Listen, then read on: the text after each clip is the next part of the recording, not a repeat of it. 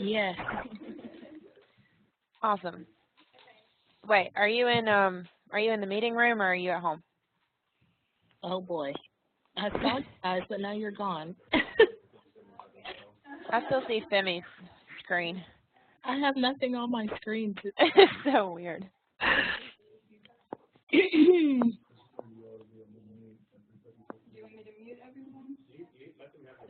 Maybe we should just mute everybody because we're seeing who's talking. Oh, okay. Well, Okay. there's a display, right? Okay, I'm gonna go on mute.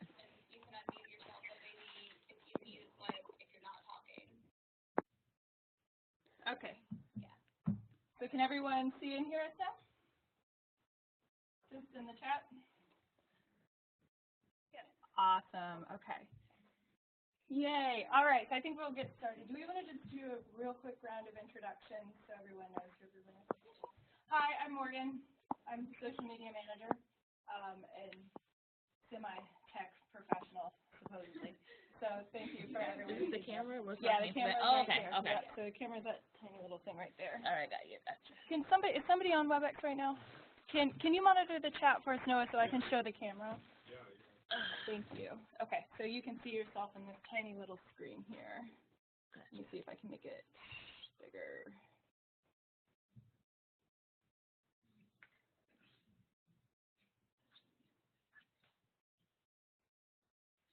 Well, I figured that out. You can go ahead and Wanda. Okay. There we go. All right. Yeah, is it, Allison? Is it really? Oh, yeah, it is actually. Is it? Okay. Okay. Hey, LaQuanda. Hello, it's me. Okay. Okay, there we go. I think that lets us see the chat and everything. Okay, perfect. Okay, go ahead, LaQuanda. I'm All sorry. right. Hello, my name is LaQuanda, and I am the secretary of LISSA. Yeah. Who knows? Didn't see it. There we go. All right. Go ahead. Hi, I'm Anthony Arcangeli. I'm a second-year student in the program, and I'm attending the meeting today. Yay. Thank you for coming. I'm Hannah. I am the treasurer. And I'm Lily. I'm the president of LISSA. Kelly, VP. So I'm Noah Lenstra, the faculty advisor for the group. I'm maybe I'm there. I'm Albert. I'm the dean of libraries here. I'm Melissa. I'm the first year on campus representative. Hello, I am Tori. Max, you're kind of far from the mic. Can you speak up just a bit? Did you guys hear me? Yes, we can hear you. Go ahead. Oh, I said you guys are kind of far from the mic. Yes, Can you speak up just a little bit? We're going to put it more in the middle. I'm going to go see if I can get an extension cord if you guys want to keep going. So welcome, everybody. So we have Martin Halbert here, the Dean of UNCG's University Libraries. He is new with us at UNCG. I believe it started in July or August, yeah. And so he wanted to stop by today to get to know everybody and just talk to us for a few minutes. So. I did. Okay, let me so you can see me once. Hi. So thank you for having me, and I'm delighted to come and talk to you all. I can share a little bit about both myself and the current strategic planning that we've been doing in the library for the last few months while I've been starting up here. We've got a lot of really exciting new activities going here, and I'm very eager to get to know everybody here in the library science department, the students especially. So just a bit about myself. I come to you from, previously I was the Dean of Libraries for 8 years at the University of North Texas, which also has a very large and active library school. And I was actually a tenured faculty member there in addition to being the Dean of Libraries, and I did quite a number of collaborative programs with the library school faculty. and very much hope to do the same here. We regularly recruited library school students for all sorts of things, internships, temp jobs, projects. When people would graduate, we hired them at UNT, and I thought it was a great partnership with the iSchool there, actually.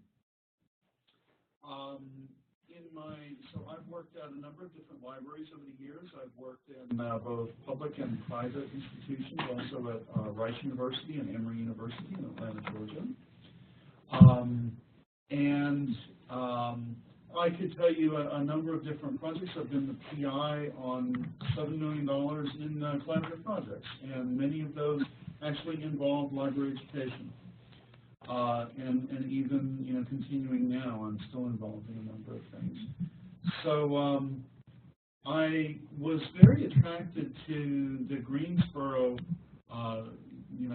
situation, both because, well, Greensboro is a great city, but it's also a great institution. And, I particularly like the fact that I kind of decided that anywhere I work in my career, it's going to be at a place that has a library school, because I think that's just really important to keep a connection to the field and to the genesis of new library and information professionals.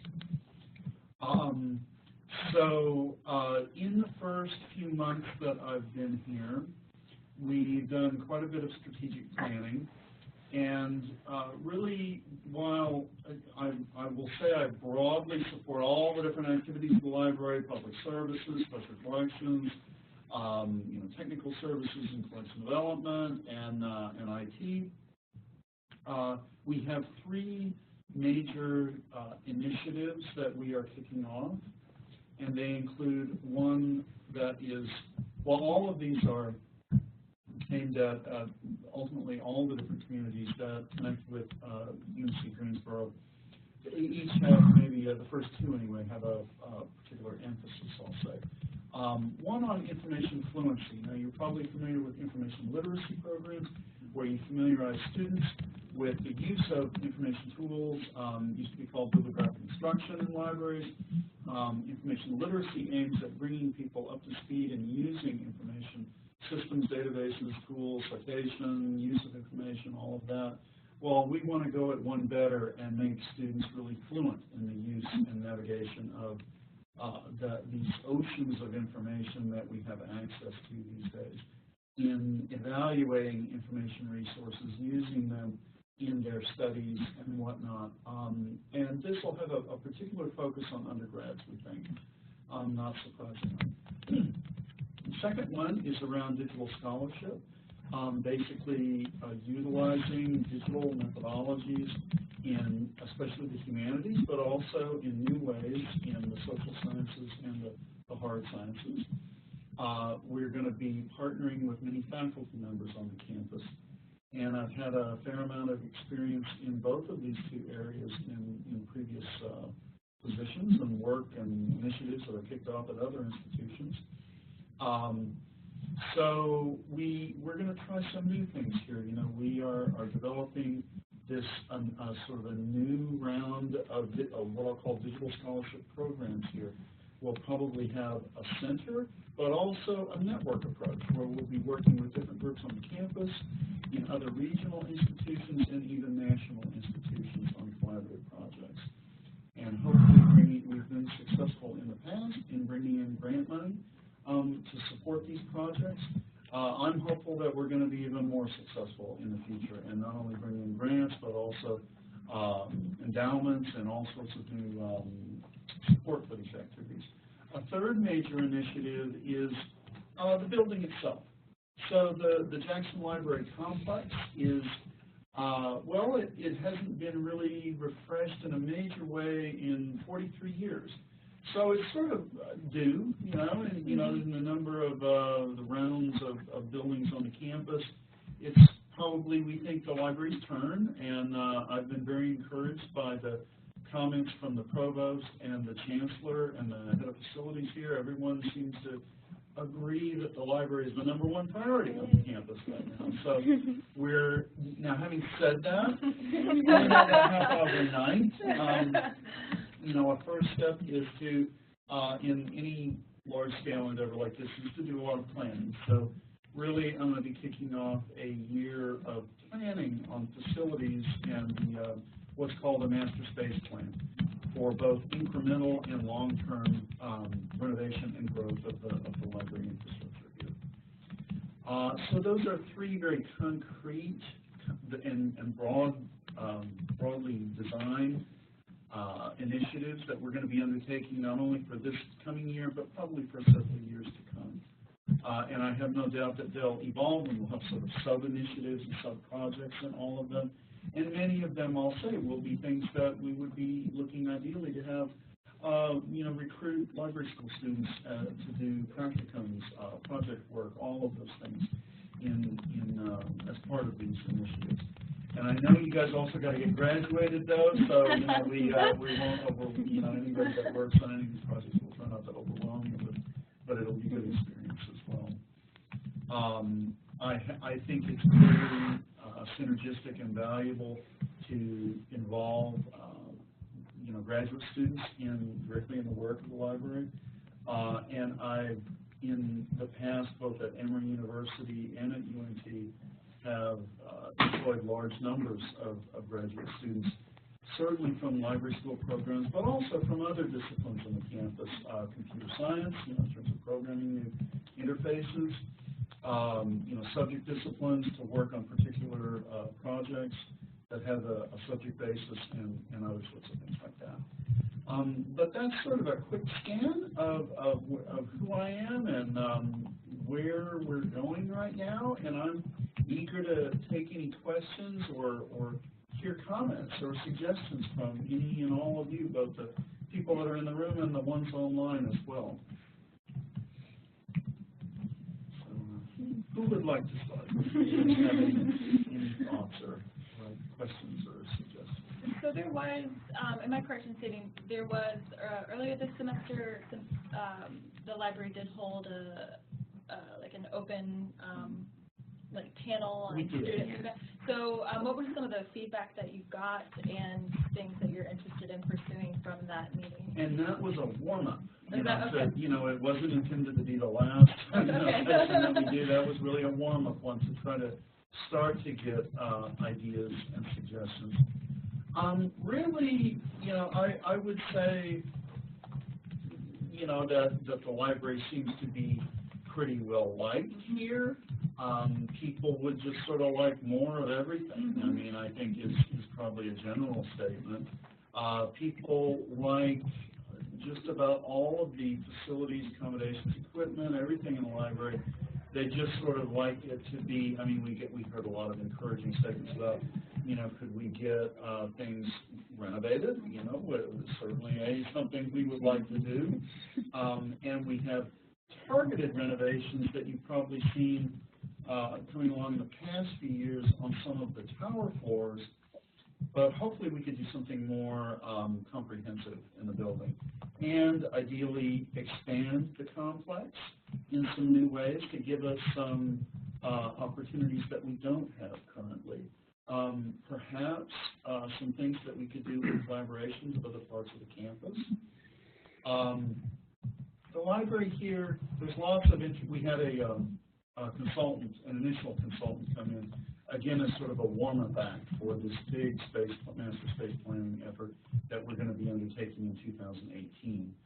And his initial framing comments were really valuable to me, and it's just to sort of start to get me oriented on things I should think about.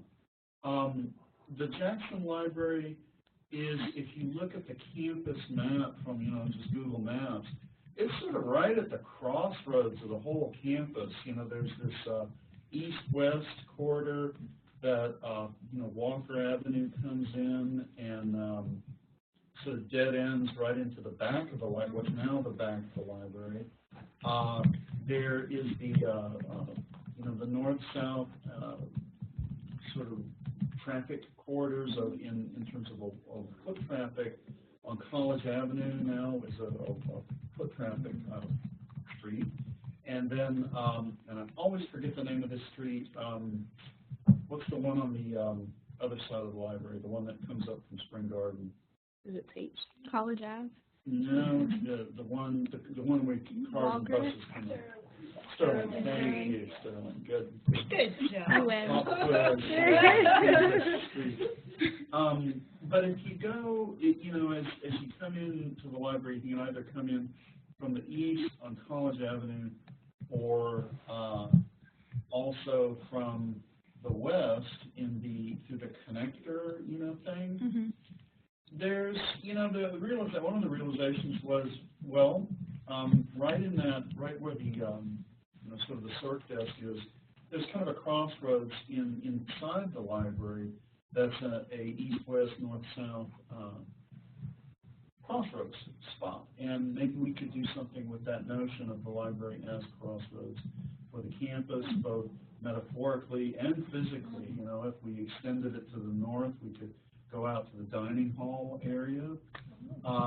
We could, you know, do some things in terms of something a little better than that giant blank concrete wall that's the western facade of the tower, which is what Walker Avenue dead ends into. You know, a comment that our consultant made was that over the years, as the campus sort of grew to the west, the net effect was the library sort of turned its back on the main campus. You know, there's just that giant concrete facade there.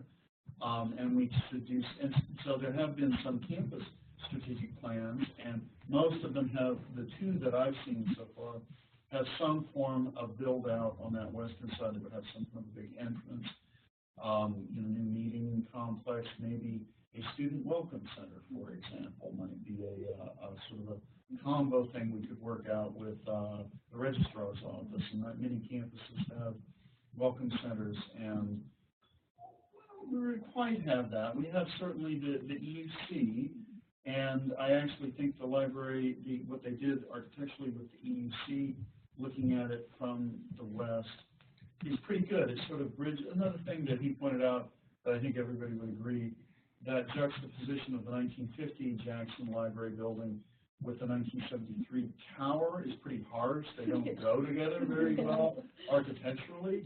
And you could do some wraparound things around the base of the tower that would mediate those things architecturally, and also do some interesting things in terms of new library facilities there. So all of those were, you know, we had a lot of different conversations both with student groups and donor groups, faculty, all sorts of different groups in that first meeting, again as a warm-up. And let me just say, we're going to do a lot more of that in 2018. So stay posted for, you know, more notifications. We want to expand and build on all of those ideas for the future. Any questions online? Feel free to unmute yourself or put it in the chat. How many people do we have online? Is it those 5 or more? Looks like there's about 7, I think. No, 8. 8 people. Okay.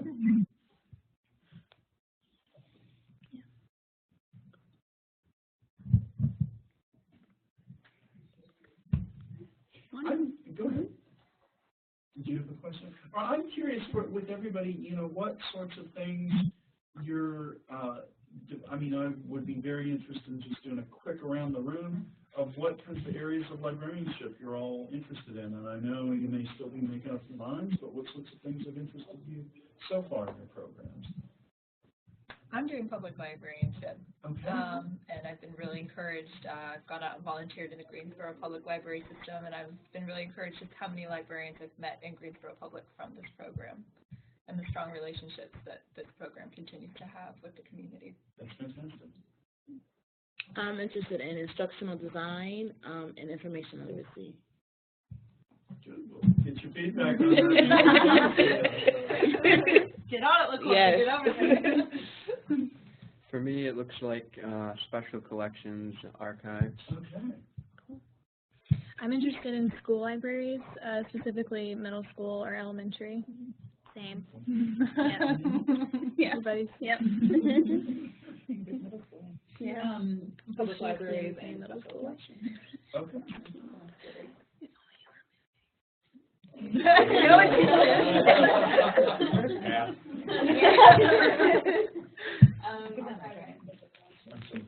Archiving and special collection. Very good. I'm actually going to I'm also interested in academic libraries, and I actually did my bachelor thesis on digital scholarship spaces, and I looked at the spaces at Duke, NC State, and Chapel Hill. Excellent. That's really cool. I want to have your ideas too. And I can, or Morgan, meet one of us, we can share. Yeah, we have Allison online, who's interested in archives, special collections, and special libraries. We have Brittany, who's into public libraries and archives. We have Kristen, who's archive and special collections. Stacy is public libraries, adult services, outreach, underserved populations. Lois, public and special libraries. And Femi is academic and digital curation, repositories, and archives. Fantastic. Great range of interests. I could speak to questions about any and all of those areas. While I haven't worked in either public or corporate libraries in a long time, I have actually worked in both. Most of my experience has been in academic libraries to date, but I have done and thought about a lot, library education and how it's been evolving over the years. A large cluster of projects that I was the PI on one of them and the co-PI on the others on library education that ultimately amounted to about $1 million of programs. One was at Emory University, period when Georgia didn't have any accredited library schools, and we brought the UNT Library School there to Atlanta.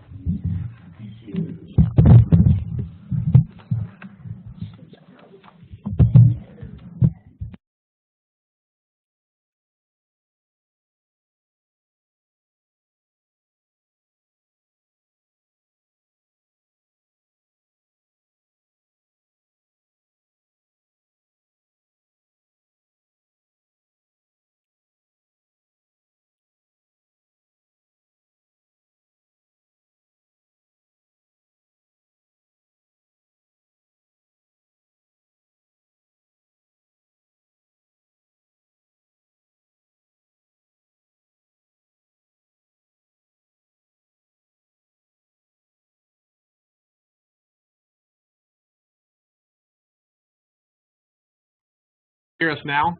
How about now? Yeah. Okay, good. Yay. Okay. Oh, Anyway, I did a lot of thinking in terms of that Georgia program of, what kinds of things make for a good library school educational experience. So we worked on not only the curriculum, but things like extracurricular activities and I would encourage everybody to do things like, even as a student, join professional associations like the American Library Association or the North Carolina Library Association. Also, if there are particular subject discipline areas, I would encourage you to think about those as well. For example, there's a lot of subdivisions of the American Library Association you probably are aware of. There's a public library association, the ACRL, the Association of College and Research Libraries, all of which are good things to, if you can, get involved in sort of the profession and start to get to know it. I didn't know that when I was a student. I didn't think about that, and it was only much later after I was a working librarian that I joined any of those groups. Also, there are mentorship opportunities that if, I would be happy to work with the library school here to establish mentoring relationships with librarians in the Jackson Library. If you would just like somebody in your area to bounce ideas off of or get advice on, how to start thinking about your career or where you go after you graduate, that's a good thing to do. Anyway, those are some quick observations that I can offer. And I hope you guys can still hear me. Yeah, I see it blinking there. If there are, what other questions do you have or suggestions or things that you would like me to think about as Dean of Libraries here?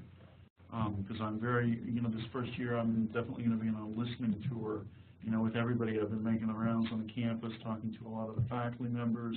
I would love to meet with, I've met with the STA, the undergraduate group, and the graduate student association. But I also want to start meeting with, individual student groups on the campus. So you guys are sort of the first subject area, makes sense, for the library school here. And a particular group that, has a special relationship with the library, obviously. So any thoughts that you want to pass along to me or suggestions? You probably haven't thought of that question before. I would be interested if you wake up in the middle of the night with a stray idea, just shoot me an email. Okay, we'll put your email in our. And I can leave you with some of my cards. And I'll type it into the chat box too. I really like that idea of like a mentorship program though, because I feel like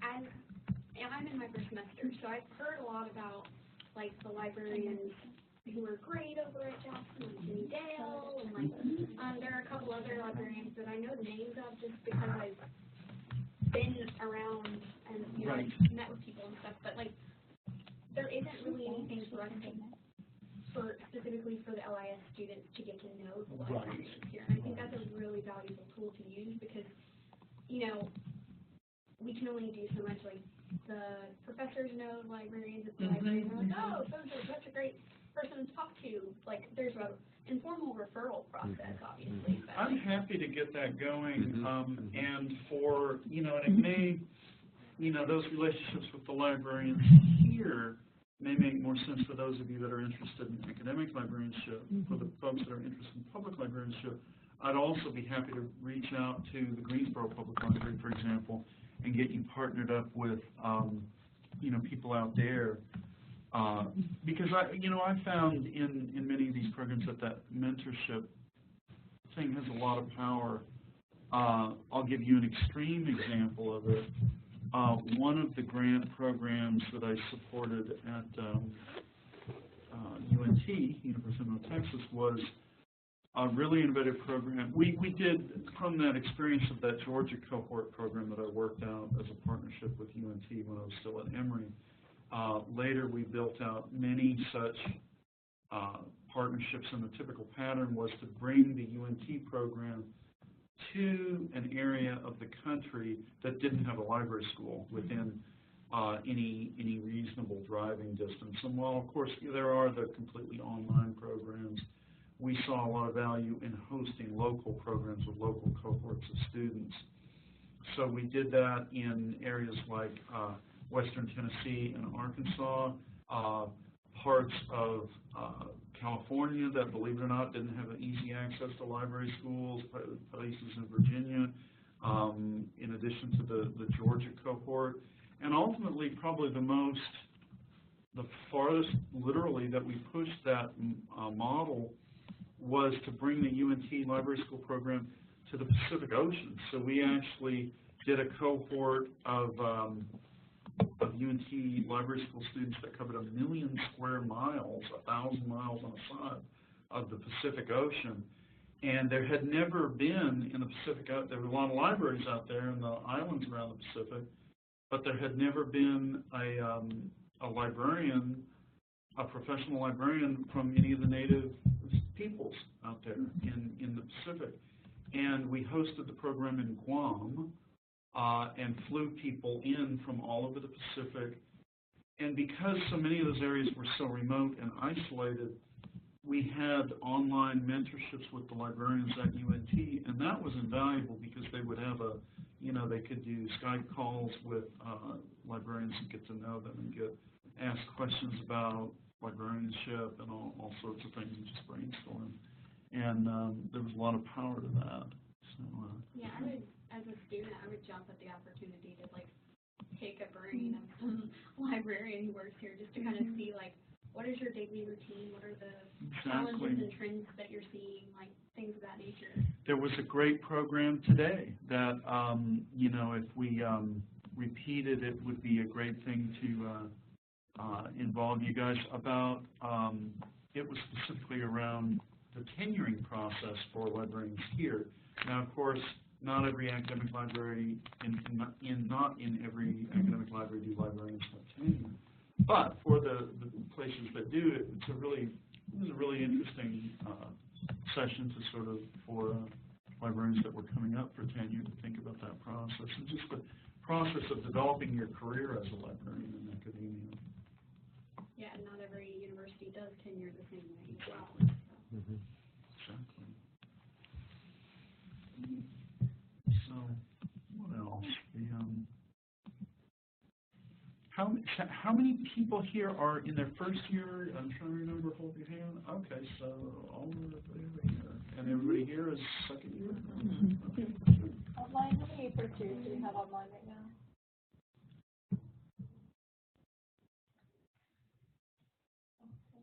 Oh yeah, she's our first year representative.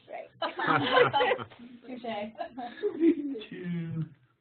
And there's 2 out of 7. no, there's 3. There's one who sent me told me privately, but I think they meant to send it. Yeah, sometimes then WebEx by default it's a private message. So, but yeah, there's just back to their first year.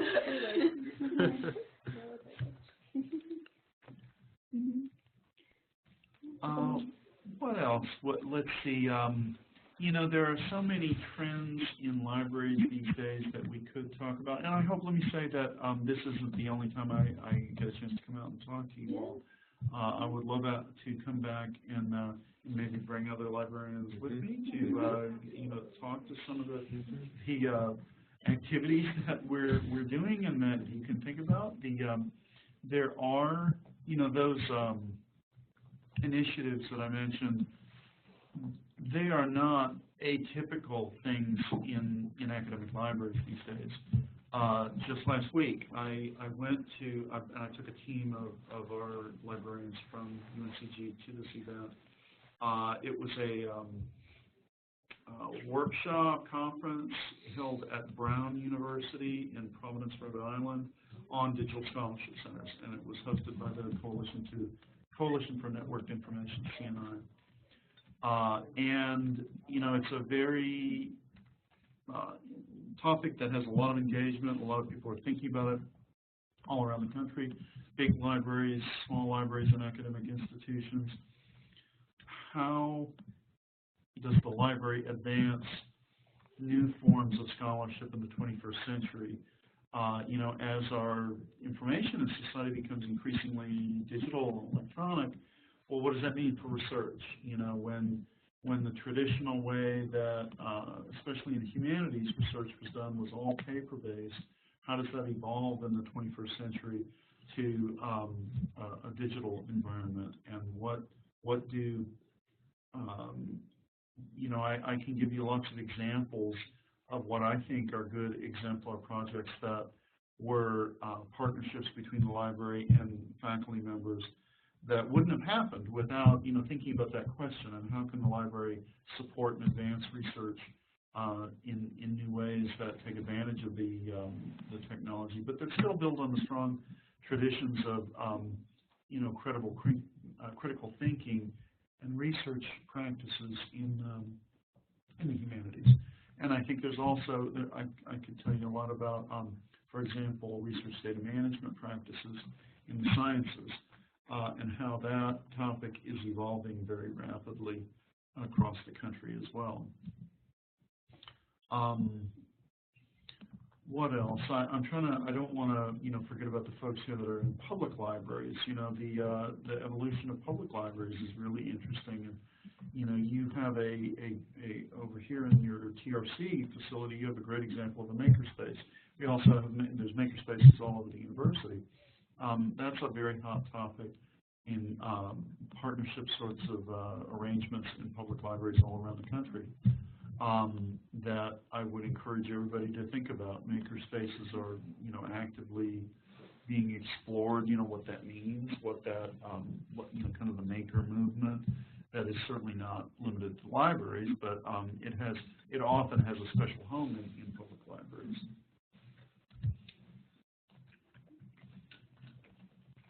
Does anyone else have any questions or? Well, thank you for being with us. Absolutely. My great pleasure. And let's communicate over, you know, maybe a theme or a topic that we could pursue in the spring semester. Yes, that'd be wonderful. And who should I follow up with on this mentorship idea? Maybe I'll want to mull that over. You know, I'm serious. I'd be happy to sort of coordinate with you all. And you can always contact me, and then I can ask if there's volunteers, anybody that wants to coordinate that. So. Awesome. I will, maybe as a first step, if you put out, you know, just an email asking if anybody, if for names of people that would be interested in that and what their area is, and we can start with a list and then do some matchmaking. Yeah. So. And Tori's first on the list. For anybody that's interested in any of those areas like the Information Fluency Initiative or Digital Scholarship, I'm serious, if you want to contact me, there will be, I venture to guess right now, you know,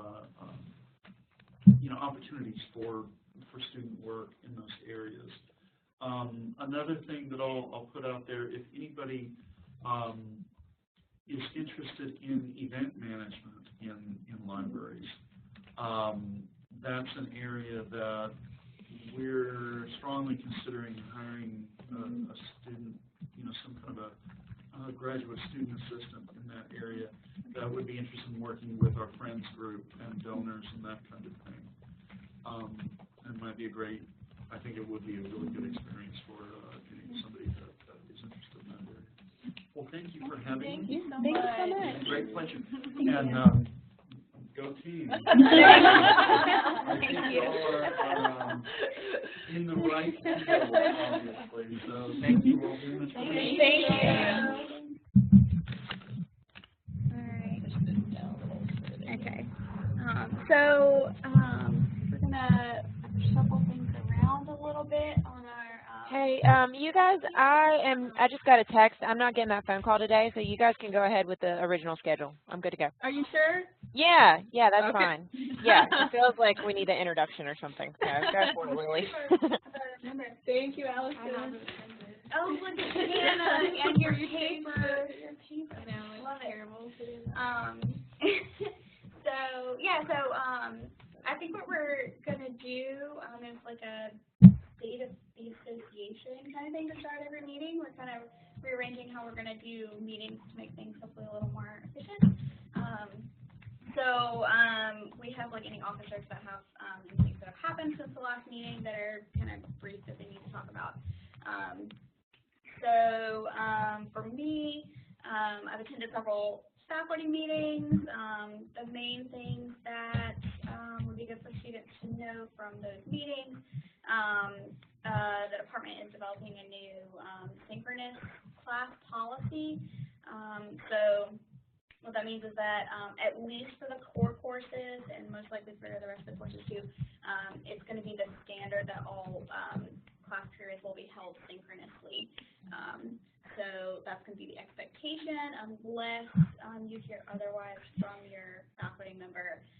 But at least the core courses, you should expect everything to be synchronous, and most likely the rest of the courses. Yeah, and just to follow up, just to make sure, that does not mean that you'll be meeting for 3 hours every week. Right. And Right. It'll Right. continue to be probably like substantially less than that, an hour and a half or an hour, or but.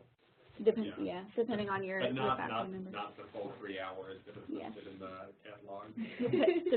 Depends on your faculty member. I got a couple. I got a couple 3-hour classes. That's all right. The other thing is that the department is hiring 3 new faculty members over the next year. We've already hired, I believe, a lecturer position that's going to be starting next semester. They're in the process of interviewing. You probably saw emails going out of interviewing for a tenure track faculty member in the school library program. And then they're also going to be hiring a clinical position in the school library program next year as well. So stay tuned for that. Let's see, I attended the Graduate Student Association meeting, and Morgan has also attended a meeting in Quando. We kind of took some turns. They have passed a new constitution for the Graduate Student Association that may still change a little bit. I don't know how the plan is there. But Lily took them to task. All right. That's what that is. So there's a new constitution passed. Basically what that's done, I know the last meeting we talked about there being a holdup about funding because of a hang-up in the constitution, so they've corrected that. So funding has been released. Hopefully everybody got an email from the Grad Student Association about when and how you can request funding, so like the Professional Development Fund. I think there's a thesis fund. I don't think that really applies to our department, but it's there. So you can look that up. It's also on the Grad Student Association website, so you can check that out there. And let's see, we officially have, I checked yesterday, 54 members on Spartan Connect now, which is pretty awesome. We started with like 15 last year, so it's pretty awesome. Mike Crumpton could not be here for this meeting today, but he asked that I let everyone know that they are very grateful for our help with NCLA and the NCLA conference, with preparing all of the tote bags for the conference, and everyone who volunteered at the conference as well. We had a lot of students that volunteered and just attended the conference and presented at the conference. So he said they were really excited about the amount of engagement from our students. And he also said that NCLA would like to have, they need another representative for the Student Relations Committee, and they would really like a UNCG student. So if anyone is interested in that position, I'm sure it would not require a lot of work. My guess is it's probably reading some emails and occasionally attending some Skype meetings or something like that. So if you are interested in volunteering for that, please let me know. If I don't hear from anyone specifically, we'll send it out via social media and email and see if we can get someone who's interested in that. Probably look good on a resume for leadership position. All right, and Hannah. Okay. As you guys know, hopefully we have a fundraiser going on right now, the t-shirt and tote bags. So if you haven't bought yours, you still have until the 20th to get online on the Eventbrite. So far we've sold 29 t-shirts and 19 totes, which is a lot. And we've only used 17 of the free shipping. So distant students, there's still an opportunity to get free shipping on those. And I did a little math, and as of today, it looks like our profit will be around $227, which is good because we spent $222 on the welcome lunch, so that kind of cancels that out. And really well. Yep, but we'll, of course, we'd like to make more, and people keep buying them. We have until Monday, so yep, that's an update on that. Awesome. All right, and Morgan. We are motoring right along with social media. We have 9 new page likes in the last month, and our reach and view are up. I'm really bad at Instagram, so I apologize for anyone who loves Instagram, but we do have 78 followers, so that's something at least. I don't think you're bad at Instagram. I'm trying really hard. Twitter, we have 240 followers. It just automatically connects to our Facebook, so Twitter is automatically my favorite because I really don't have to do anything, but go 240 followers. We started Slack. Do you want to talk about Slack now? You want to talk about that. Okay, so you've probably seen it out on Facebook. If you follow us on Facebook, is that we are using a new social media application, I guess you could call it that, social interaction online app called Slack. You can visit our Facebook page and we can send out the hyperlink to join us on the meeting notes. But essentially it's new and Slack basically allows us to, kind of like if you're from the AOL Instant Messenger generation, it's like a more grown-up version of Instant Messenger. You can download the app on your phone, you can download it to the app to your desktop.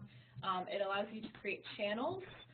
So for example, we have a channel right now just totally dedicated to anything to do with our fundraiser, and so you can click on that and you can ask questions, make comments about it, you can upload files, photos, you can direct message people.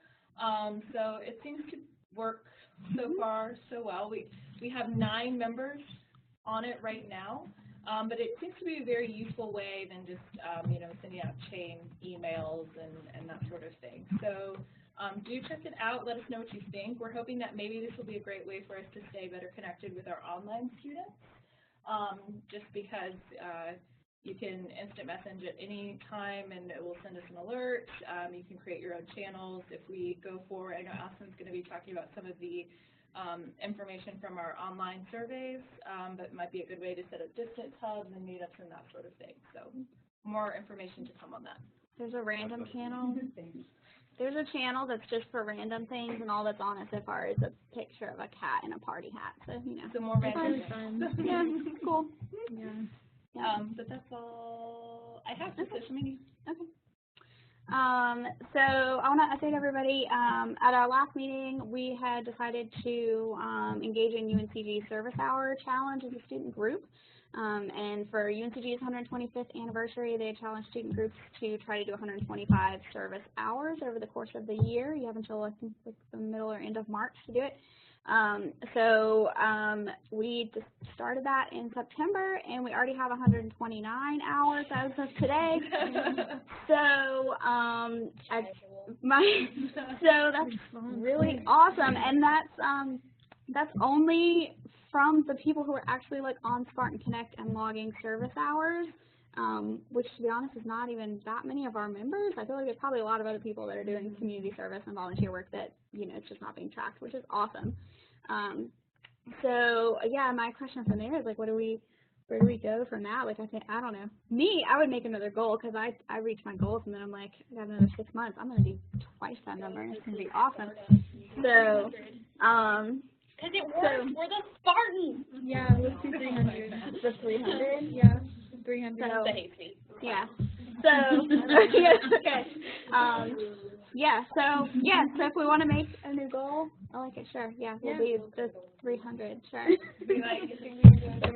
we think we could do 300? I think we could do it. I mean, you guys volunteer like weekly. I'm not contributing a lot. You're supposed to log our. You can log them anytime. So. No, but like, how many hours was the bag stuffing thing? You did 2.5. Yeah, it was like 2.5. You can see the logs that you've hours, or the hours you've logged, like. Yeah. Long day, you guys. You can see your hours from the past when you go on there. So. Yeah, right. We've probably already done 300 hours if you count in the people that haven't put theirs in online. Absolutely. And get there officially, then right. Yeah. And then we're in talks too about, since we are doing such a great job of doing service hours, like how do we get more students engaged and actually like tracking that. Too, because this would be a really good way to actually get students on the Spartan Connect and getting them logging their service hours. We had talked about doing like a recognition for students who do a certain number of hours. I think Morgan's idea was if you do 24 hours over the course of the year, like representing an entire day of work in the community, which is also kind of cool. We'll be able to do like a spotlight. Can we see how many people are logging in? Yes. Yep. I have like an entire list. So. Yeah, they show that. Oh, that's a good idea. Yeah, so we should do that. Yeah, we talked. Look how much better this LISSA member is than you. Oh my. No, too many stories. Like a shout out. Yeah, like a spotlight on social media. Yeah. What I can do is I can log on to Spartan Connect and I can see who's done 24 hours, at least 24 hours of service. And what I'll do is I will reach out to you via email, and if you're comfortable, I'd love to get a picture of you where you're doing your service hours, and maybe just like a little blurb about what you do and why you like to do it. Yeah. Perfect. That would be very easy for me to put together. Sounds amazing. And then we can see where everybody volunteers. Yeah. Right. More volunteer hours. Yeah. It's like, oh my god. And then we'll want to go volunteer. Right. So we're like advertising. Is it us now? Allison's up next. So Allison is going to talk about the results from her distant student survey that she's been doing over the last 6 weeks or so. So I don't know if she can hear us and turn on her mic. Or Hey, my mic's on. Let's see. if we're gonna turn the volume up. Yeah, I'm turning it up. Talk, Allison, talk. I don't know if my video is working or not. Let's see what happens. Can you hear me? Oh, hey! Okay. Hi, guys. It's in real life. Is there a way to share my screen? Yes, hypothetically speaking, yes. I think up at the top. I think you have to give her presenter privileges. Oh, okay, hold on. I'm going to give you presenter privileges. Okay. All right? I'm going to pass the ball to you, hypothetically. Okay. I've never done this before, so bear with me.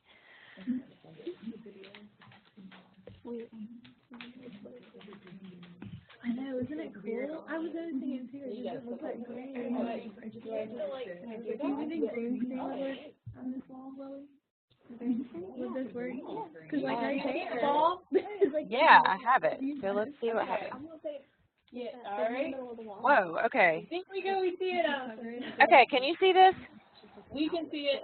Everyone online, can you also see this? Okay, I can't see chat box, and I'm not going to try to figure that out right now. So, That's okay. We'll let you know. Okay, just let me know if there's questions.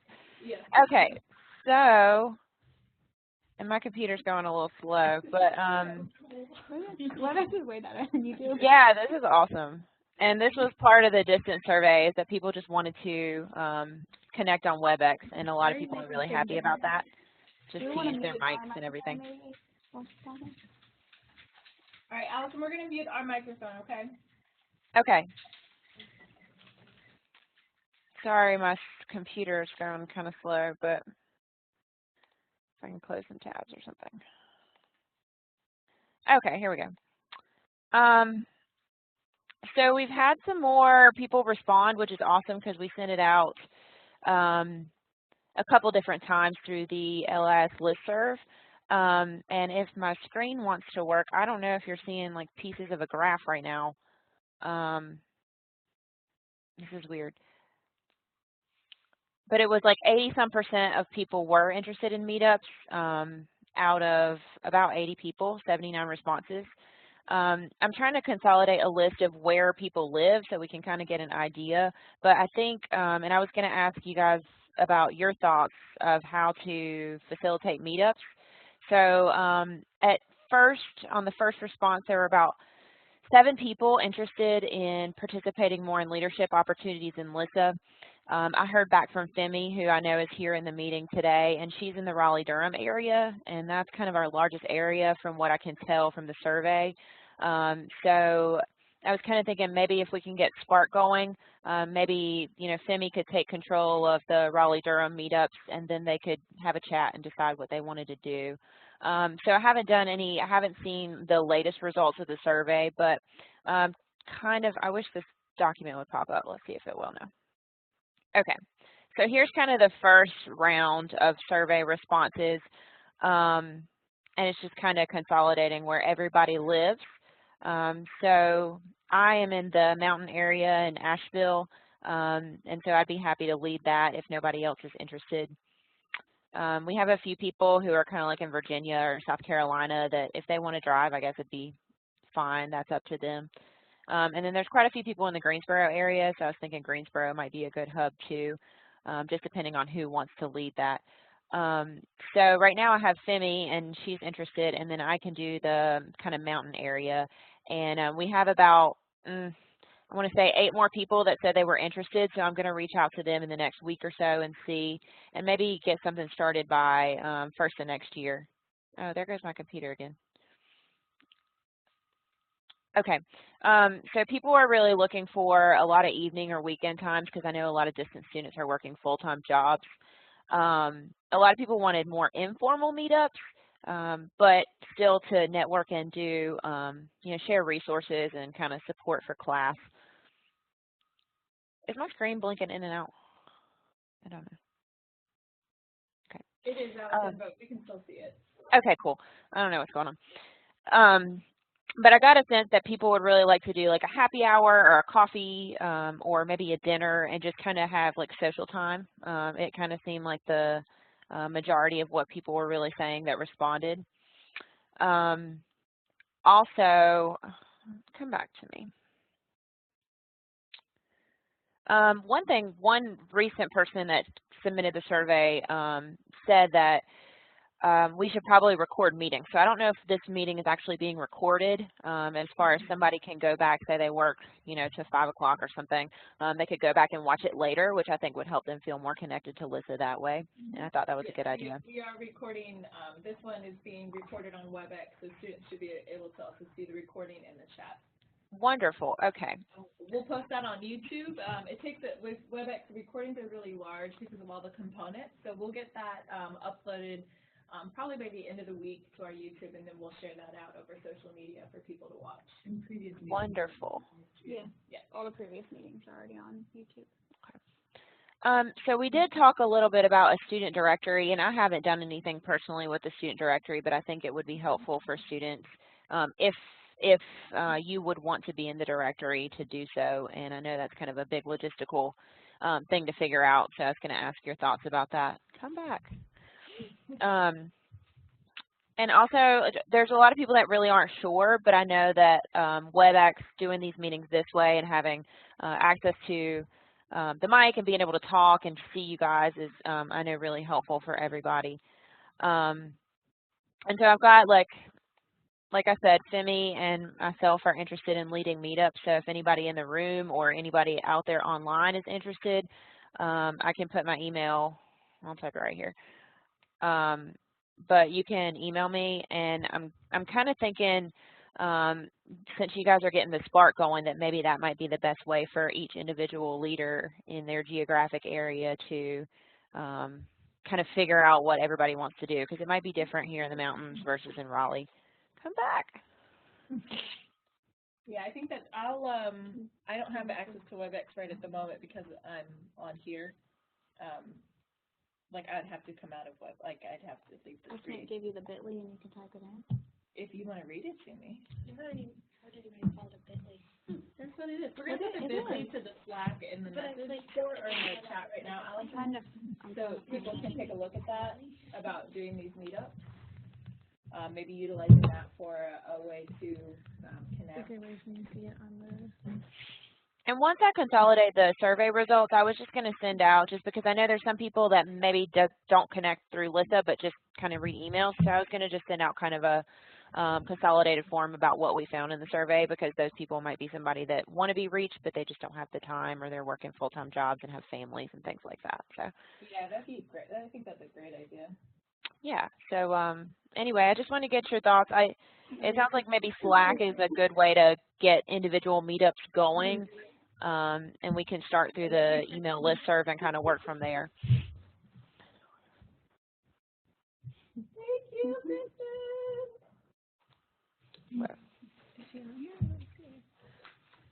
Yes. So if you're out there, just email me, apfrick@uncg.edu, if you want to do a meetup. And even if you're in the Raleigh area, maybe you can work with Femi or something. And I think that's it. But yeah, I'll consolidate the results and send it out to Greg so he can get it out to everybody. Femi, do you think, have you been able to look at Slack at all or investigate that as possibly a resource tool for organizing a meetup?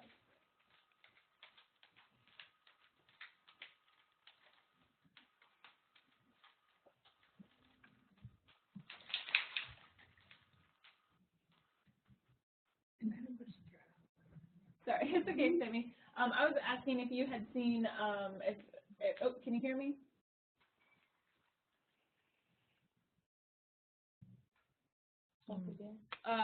If you had been able to look at Slack as a way to possibly organize a meetup, if you thought that was something viable, or is there a way you feel would work best to reach out to people?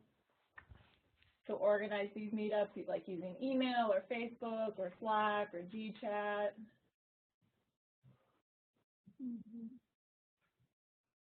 That was my thought, Kristen. And even for, I guess even for planning meetups or for just like chatting with each other, with people who live nearby, yeah. Yeah. And I think email too would also work. Okay. So I guess one other thing we could do is if we can get the student directory up and running. I'm just not sure what kind of format it would take. We could, if you, one of the questions could be like, are you interested in meeting other students in your area? And then we could triangulate that based on who's available and send that information. I think the one thing, I had a question about the directory and also about the meetup. Because Canvas has all of our information on it by default, and you can upload the profiles, and I think that's part of why the department doesn't have an official directory, because it's all built into Canvas already. But can't you only you can only click what people see. But yeah, so I guess my question about what the directory would be is, would this be a digital thing, and where would it be housed? Would it be, we used to have a WordPress, but now it's Spartan Connect? We need help figuring it out. Okay. Yeah, we're still in the beginning stage. Yeah, we're still in the beginning stage. But I'm wondering if anyone had, if that's a follow-up question that's going out to people, is what their preferences are? Well, I'm wondering, It would definitely be online, but could we create a Canvas group for that? I mean, who can we create our own Canvas group? Will we have access to it when we graduate? No. yeah, that's Will the that be thing. helpful? I know that we probably can, we have a server that we can put it up on a UNC. Well, I know Dr. LISSA was very interested in helping with this initiative, so that maybe like if there's a student or two who wants to help get that off the ground, I know he had some ideas and really wanted to make that happen. So he may have some ideas about a platform. If Greg hasn't been looped in yet. Okay. Yes. Yeah, check with him first before students. Right. Right. Okay. So I guess the next step right now, to get, like, I think it'd be great if we could at least get something off the ground in spring semester, as the spring semester starts. I mean, I think getting a student directory is something we need to do, but it might take just some time to get that going. I mean, is there anything immediately people can think of to get these students connected in these distance locations? Like, I could send out another Google form that just says, okay, like, for example, Femi, I'm just using you as an example since you expressed interest, like, you know, this is Femi, she's in Raleigh, she's interested in meeting other students in the Raleigh-Durham area. Can I have your email addresses, and then we could send them. Hey, you guys, can you hear me? Yes, we can hear you. Yep. Can you see me? No. I'm still on video. Should I take mine off? Oh, I don't know. Okay, never mind then. Allison, if you want to, Do you want me to? presenter privileges. Oh shoot! How do I do that? You click the globe and you move it to Morgan's name. Globe right next to your name. Yes. Okay. Let me figure out how to go to Morgan. Oh. Okay. You drag and drop it on this. Did it work? so what if we? No, not yet. Oh. Hang on. That's okay, y'all. Just talk. Okay. All right, guys. No, it's all right. So I was just thinking about meetups, and I think if we collaborate with maybe other library school LISSAs, or try to reach out through just other library schools, because we're kind of in a very saturated state for library schools and areas, then we could try to do like a mix and mingle kind of thing as a first event. Or I know a lot of people, if library visits tend to be very successful. I know myself and Anthony have gone to Chapel Hill Public Library and other just local libraries, and if you could reach out to someone and say, hey, can we get a tour of your library, and talk to somebody who works there just to give like an informal tour, and then what they did just coming out of the program, that's helpful to a lot of library students. I feel like a lot of people just want to know what librarians are doing, what is the career path, and if you can just be able to get a glimpse of that in your own area, I think that's very helpful to library students personally. Absolutely. LaQuanda, is there a way to find out about the other active LISSA organizations? The there's a ALA student chapter directory. You can email them individually to talk to the presidents and kind of like connect that way. I can send you the link, but it's located on the AOL. Okay. Yeah, but just maybe something like that. But I definitely think focusing on like doing some type of outreach or meetup by next semester would be helpful, even if it's like lunch with LISSA or something, where you do an informal meeting, and then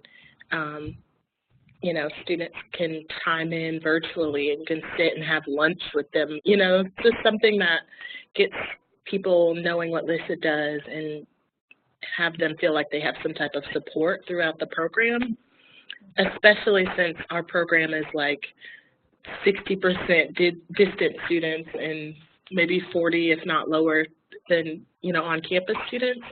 That's like our main population of people we need to cater to. So it's very important to have an online presence and be able to, talk to distant students. I'm going to chime in real quick. Just also, the numbers are much. It's like 86% online. It's over 85% online. It's somewhere between 85 and 90. Oh yeah, see, even more so. So that's one of the hiccups, is because most of the people who are on campus students are like in the room right now. Yeah, see. So that's why it's even more pressing to make sure you include the online. Yeah, so it's trying to figure out how to include students that we don't have contact with is where we're at right now. Yeah, I feel like, I'm sorry. Clarified about budget has it been posted? There's no budget. There's no budget, and that's been cleared up. I wanted to, before we start like thinking of like who's going to lead a local meetup initiative, I wanted to make sure we all knew what the budget situation was, because I don't, from any knowledge, know about the department having funds to organize it. Yeah. And we don't, LISSA, the student organization, does not have funds to organize them. Yeah. So I didn't know if that was affecting people's responses or what. I wanted to make sure that was clear. So to that, I would say definitely rely heavily on just building the networks. So doing library visits are free, y'all. And I'm sure if we reached out to somebody who works at a UNC Chapel Hill or a special collections, they would love to have students come in and see what they do. And especially if 86% of our student population is distant, a large majority of us already are professionals or have a paraprofessional position. So a lot of us are already working in libraries, so it would be great to see what other people are doing in other libraries. And that's perfectly free. That only costs time. You could do it once every month if so. I know for Raleigh, Hunt Library is a great example.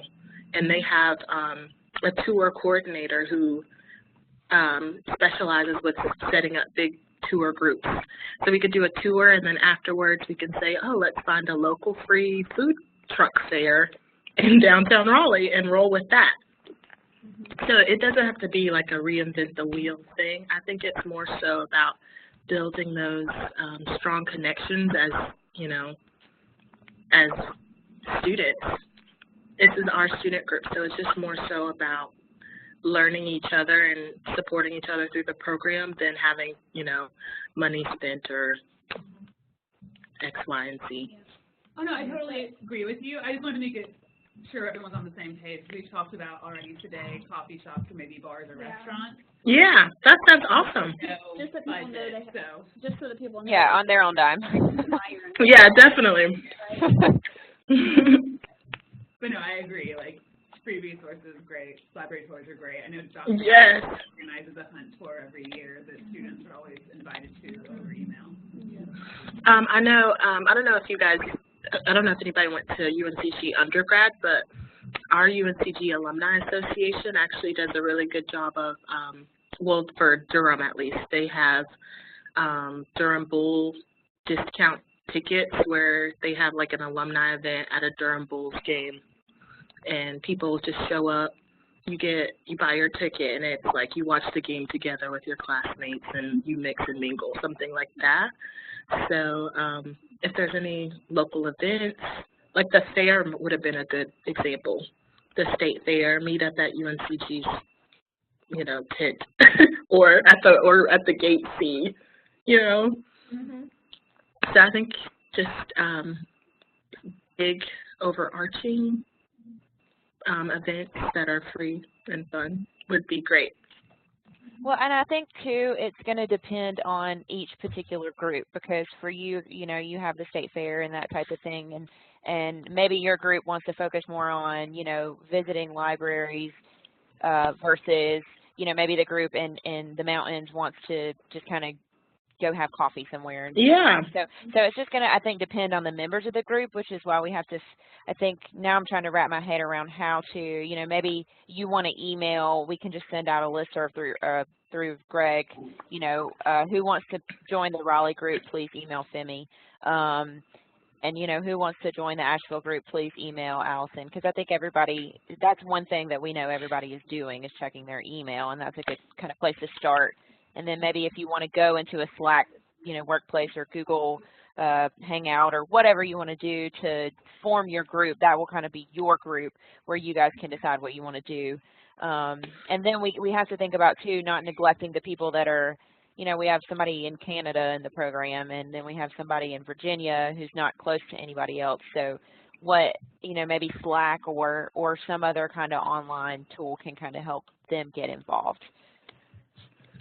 Do you guys think it's better to have an individual group per region, or should it be like a committee for like not a committee who plans like meetups, and then anybody, we send out like a generic, this is what we're doing in Burlington this time, and anybody who wants to come just comes, versus being in a specific regional group?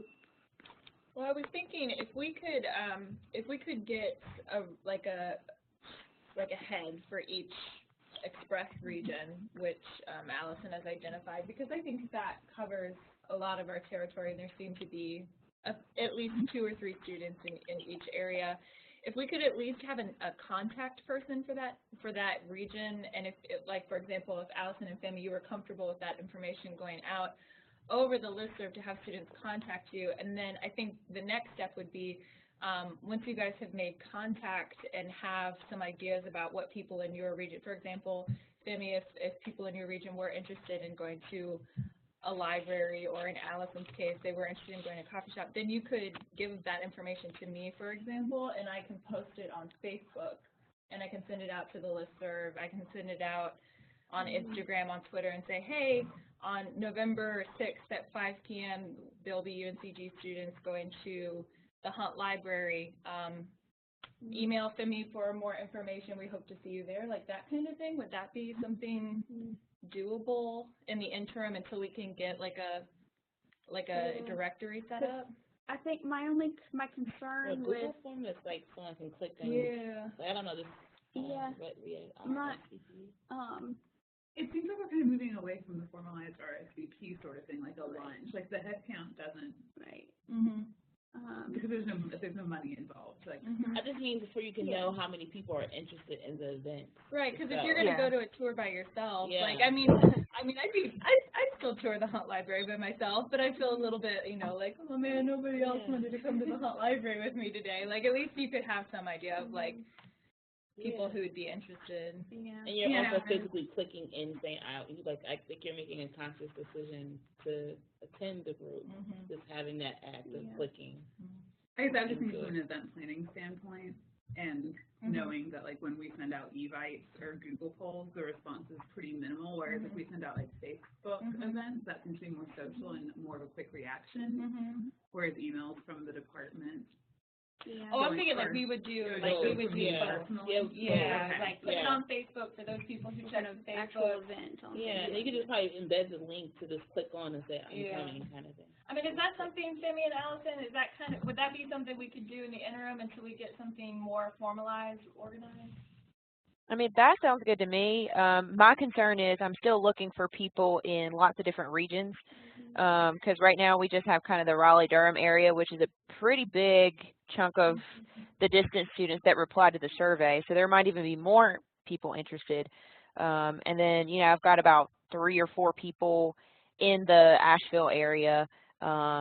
Whether they want to come or not, I don't know. But I think having that, like, one person kind of lead each particular regional area makes a lot of sense because, you know, I don't know what you guys might want to do in Raleigh, but we might want to do something a little different.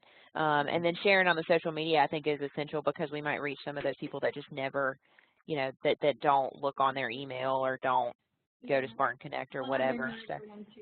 Right, because I was just thinking, like, I've never been to Raleigh before, and so, like, if I know, I've never been to Raleigh, so, like, if I knew that there was something, like, organized going on, shared it on Facebook, like, that people might be able then to kind of plan and travel from across the state to join if it's something that, you know, someone in Asheville or Greensboro. Yes, I think, Well, I was going to ask, are we also, because like a lot of our social media following is not current students, are we cool with it being like recent grads? Like I know like Ethan graduated last year, so if there was an event in Greensboro. That'd be a But great so like, networking that's another opportunity. thing is that it might wind up being not current students, it might be former, it might even be like faculty, some of these things. Sorry for cutting off. Have you guys ever heard of the site called Meetup, where you can actually create a social group, and I think you can ask people to go to the Meetup, and you can see which events. I think my main concern with forming like all these individual different who's groups, maintaining it? right? Mhm. And that then you're losing the cohesiveness of it being a student association, and so I think having all for me, from a marketing standpoint, I would think that all the marketing and social media needs to go through one person so that it's consistent.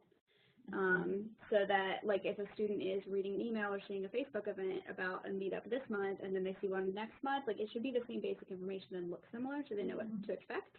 And if it's, like, 5 different people doing all that stuff, like, it may get a little all over the place. And I think, too, if you're having students self-select into these groups by just replying to an email, you're going to miss a lot of people.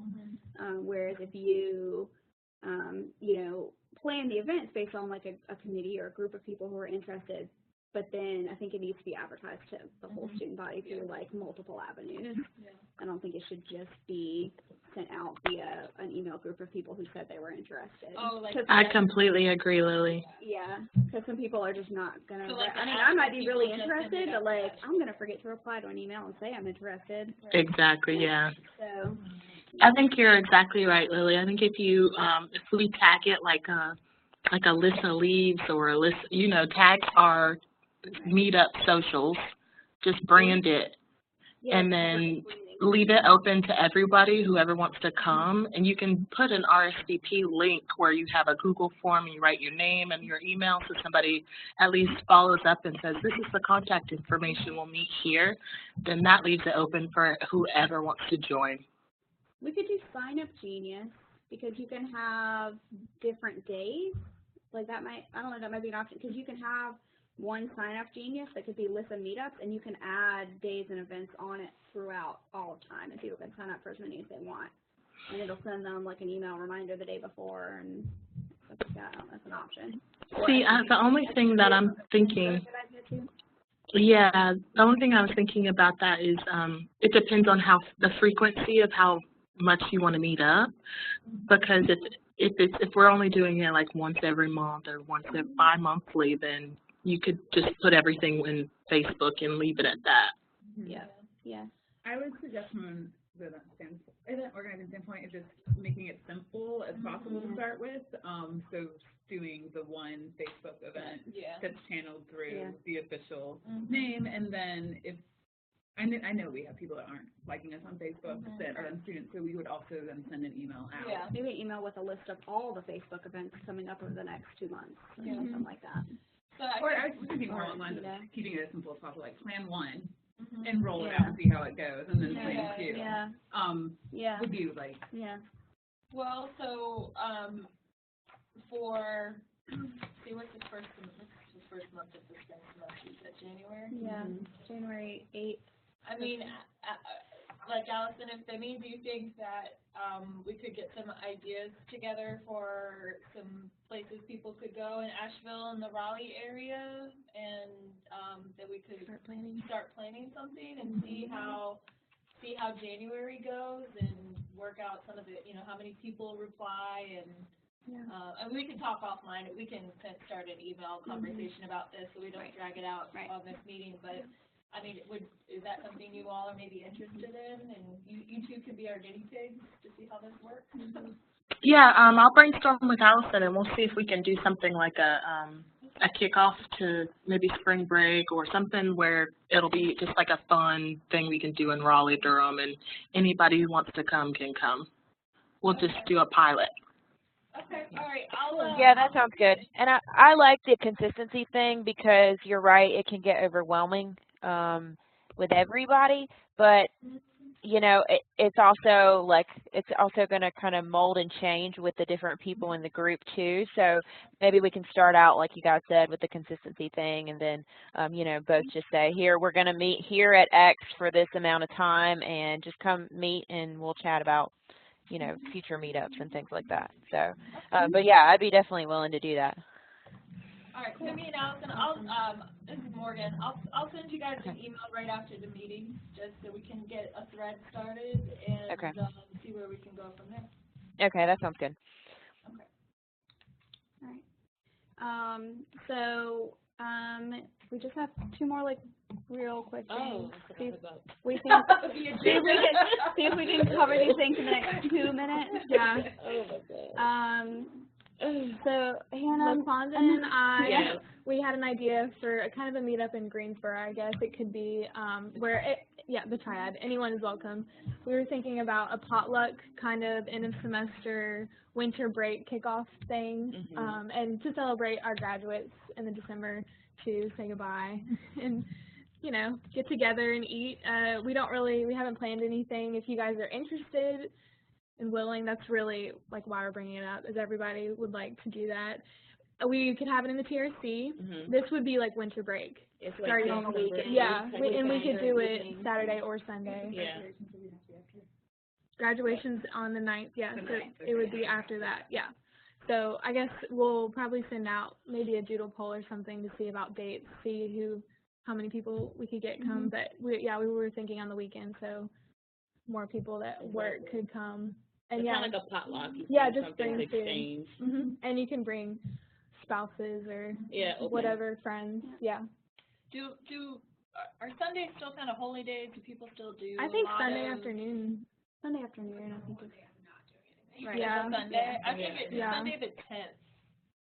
People still are graduated. They might still be in town if they've come into town to celebrate graduation or do the whole graduation thing. And they probably aren't traveling yet for Christmas. Right. Yeah. So. Like Christmas doesn't. I think that would be good. Does that sound? And